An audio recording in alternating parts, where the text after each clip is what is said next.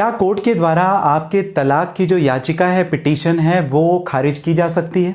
क्या जो जज फैमिली कोर्ट में है वो आपकी पिटीशन को डिसमिस कर सकते हैं? या दूसरा जो आपका ज़्यादा सवाल आता है वो ये कि पत्नी पति से अलग रह सकती है, पति पत्नी से अलग रह सकता है बिना तलाक के? इन दोनों ही प्रश्नों के जवाब आपको जानने अगर ज़रूरी हैं तो इस वीडियो को अंत तक ज़रूर देखें।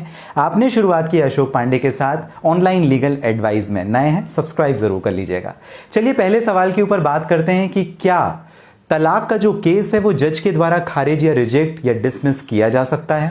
सबसे पहली बात, जब कभी भी स्पेसिफिक कंडीशन मेंशन होती है कोर्ट के द्वारा, मान लीजिए फॉर एग्जांपल चाइल्ड कस्टडी, जब चाइल्ड कस्टडी का इशू कोर्ट डिसाइड करती है तो उसने कुछ विजिटिंग या एक्सेस राइट हस्बैंड को या वाइफ को परमानेंट राइट दिए कस्टडी से संबंधित।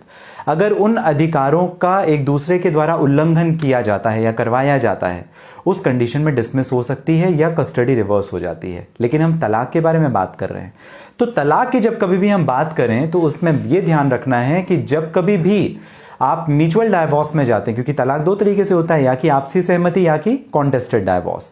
तो जब आप आपसी सहमति में जाएं तो आपके टेक्निकल ग्राउंड्स पे डिसमिस होते हैं। टेक्निकल ग्राउंड जैसे 1 साल का जो सेपरेशन है वो आपने गलत मेंशन किया, आपने पिटीशन में कुछ ऐसी चीज़ें मेंशन करी जो टेक्निकली और लीगली गलत थी, इस वजह